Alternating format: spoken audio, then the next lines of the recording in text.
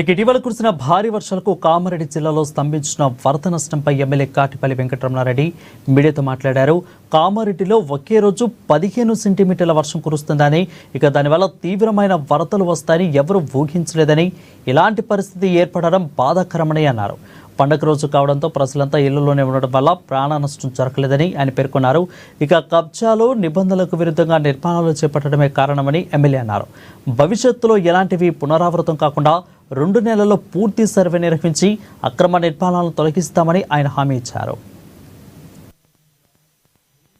పచ్చిగానే ఉంది కాబట్టి 15 సెంటీమీటర్ల వాన పడేసరికి ఓవర్ఫ్లో అనేది ఆల్ ఆఫ్ సడన్ గా మొదలైంది. వరదలు వస్తాయని కానీ, వరదలు ఇంత బీభత్సంగా ఉంటాయని కానీ ఎవరు ఎక్స్పెక్ట్ చేయలేదు. ఉదయం 9 వరకు నార్మల్గా ఉన్నటువంటి వర్షం పడుతూ నార్మల్గా ఉన్నటువంటి ఏరియాలని 11 గంటల వరకు ఆ 2 గంటల్లో మొత్తం జలమయం అయిపోయినటువంటి పరిస్థితి.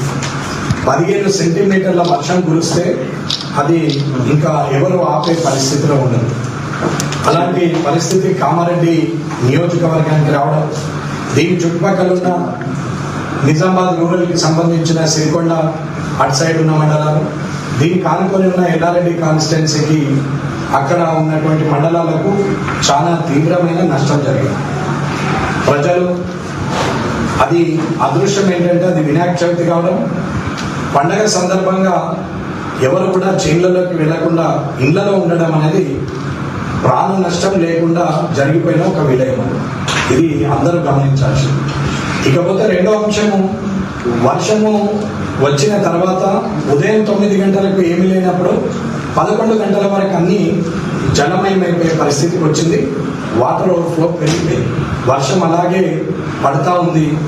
ఇంకా కంటిన్యూ అవుతున్న సందర్భంలో కుంటలు, చెరువులు పొంగిపొరలడం, వాగులు ఒక 30 మీటర్లు ఉన్న వాగు కనీసము 300 మీటర్ల వరకు మేరకు పారడం జరిగింది. అంటే ఒక 10 టైమ్స్ ఏరియాని ఆక్యుపై